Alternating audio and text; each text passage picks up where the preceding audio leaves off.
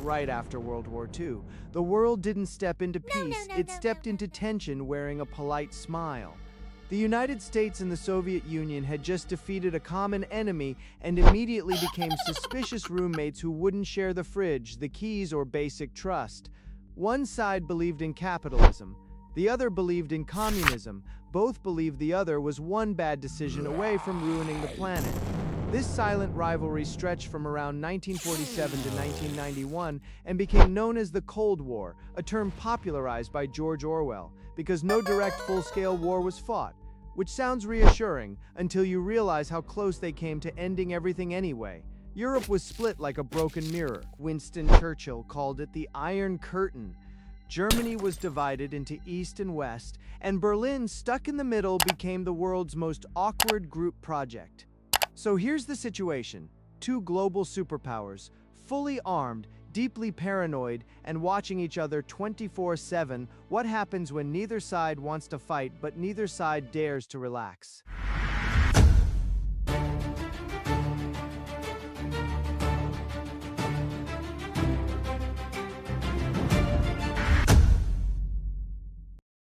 Chapter 1, the Don't Blink contest. Instead of bullets, this war ran on fear, technology, and a dangerous game of your move. It started with nuclear weapons. The US introduced them in 1945. By 1949, the Soviet Union had caught up, and from there it escalated fast, like two rivals who keep raising the stakes until the game stops being fun and starts being terrifying. Soon, both sides had thousands of nuclear warheads. Then came hydrogen bombs, far more powerful. In 1961, the Soviets tested the Tsar Bomba, the largest explosion in human history. Windows shattered hundreds of kilometers away. The message was clear: we can end this world loudly. This led to a chilling concept: mutually assured destruction, MAD, which is exactly what it sounds like. If one side launches, the other responds, and nobody wins. It's less of a strategy, more of a shared suicide pact. But the Cold War didn't stop at bombs, it went undercover. The CIA and KGB turned spying into a lifestyle: hidden cameras, coded messages, everyday objects turned into gadgets. Being a double agent meant one mistake could get you eliminated by both sides. Real people like Julius and Ethel Rosenberg paid the ultimate price. And then, just to make things more dramatic, the rivalry left Earth. Because apparently, global tension wasn't enough. They needed space to compete too. Chapter 2, War Without Declaring War. Here's where things get clever and deadly. The US and USSR avoided fighting each other directly, but they had no problem fighting through other countries. Welcome to proxy wars, conflicts where superpowers backed opposite sides and let someone else take the damage. In Korea, the country was split into North and South, a division that still exists today. In Vietnam, the US tried to stop the spread of communism, leading to years of brutal warfare and millions of deaths. In Afghanistan, the Soviet Union got pulled into a conflict that would drain its strength for years. So no, the Cold War wasn't peaceful. It just outsourced the violence. And then came the moment where the world nearly ran out of luck: the Cuban Missile Crisis.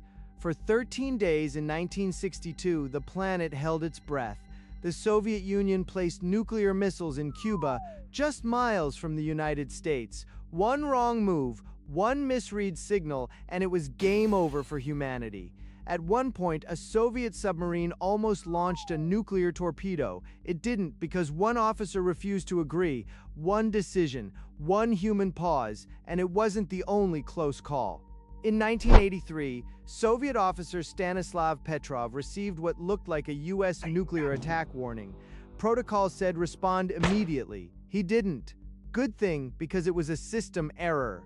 Imagine ending civilization because of a glitch. That was the level of pressure this world was living under. Chapter 3, Nuclear War Tension. While leaders played strategy games, ordinary people lived with a quiet, constant fear. This could all end today. In the United States, children practiced duck and cover drills, hiding under desks as if wood and hope could stop a nuclear blast. Families built fallout shelters in their backyards, stocked with canned food and optimism. In Europe, the division was impossible to ignore. The Berlin Wall, built in 1961, didn't just split a city, it split lives. Families were separated overnight. Some tried to escape through tunnels, balloons, even hidden compartments in cars.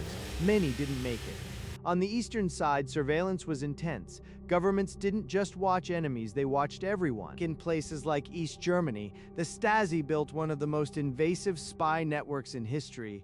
Trust became risky. Even your closest circle could be reporting on you, and the fear wasn't exaggerated. At its peak, the world had enough nuclear weapons to destroy itself several times over. Some systems were automated, like the Soviet dead hand, designed to launch missiles even if leadership was wiped out. There were accidents too, lost bombs, near detonations. In 1961, a hydrogen bomb nearly exploded in North Carolina, stopped by a single safety switch, one switch. That's how close things got. So while no official war broke out between the two superpowers, people lived like it could happen any second, because more than once it almost did. Chapter 4. The war that quietly gave up. After decades of tension, threats, and near apocalypses, something unexpected happened. The Cold War didn't explode, it slowly lost energy. By the 1980s, the Soviet Union wasn't just competing, it was struggling. Its economy was weakening, its system was under pressure, and maintaining a global rivalry was becoming too expensive. Enter Mikhail Gorbachev, a leader who realized that continuing the same approach might lead to collapse or worse. He introduced two major reforms: glasnost, openness, and perestroika, restructuring. Translation? Maybe we should stop running everything like a secret experiment. At the same time, the US and USSR began signing agreements to reduce nuclear weapons. After years of building enough firepower to destroy the planet multiple times, they finally decided maybe that was excessive, and then came 1989. The Berlin Wall, once a symbol of division and control, didn't fall to bombs or armies, it fell to people. Protests spread, pressure grew, and suddenly the barrier that once seemed permanent wasn't. Within 2 years, in 1991, the Soviet Union dissolved completely. No final battle, no dramatic showdown, just a system that couldn't hold itself together anymore. After all that tension, the Cold War ended not with a bang, but with a quiet unraveling. Chapter 5. The Wall That Told People No. If the Cold War had a physical face, it would be the Berlin Wall, a giant concrete reminder that freedom depends on which side you woke up on. Built in 1961, it didn't just divide a city, it divided lives overnight. Families were separated, friendships cut off, and movement reduced to zero unless you had permission, which most people didn't. The message was simple: stay where you are. Naturally, humans responded with, "We'll see about that." People got creative.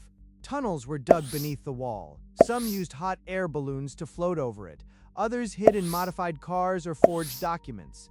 It became less about escape and more about proving that barriers, no matter how solid, invite resistance. Some made it, many didn't. Guards were ordered to stop escape attempts by any means necessary. Meanwhile, zoom out from Berlin, and the entire world looked like a team match. On one side, NATO, led by the United States. On the other, the Warsaw Pact, led by the Soviet Union. It wasn't exactly a friendly neighborhood. It was more like a global standoff where everyone had picked a side, whether they wanted to or not. Chapter 6. The Space Race.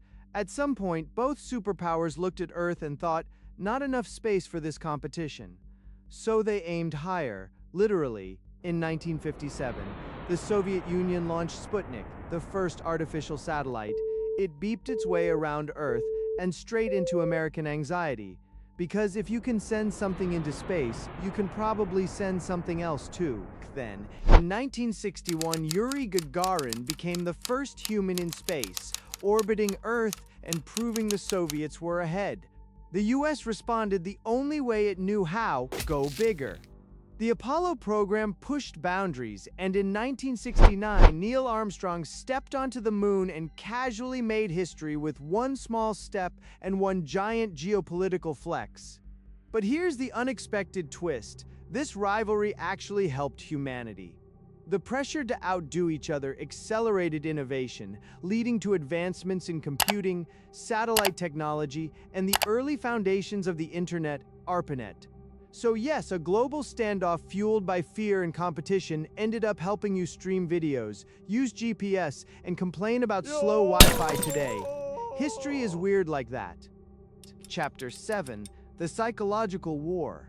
Not all battles were fought with weapons. Some were fought with ideas, and those can be just as powerful. The Cold War turned the human mind into a battlefield. Both sides used propaganda to shape perception.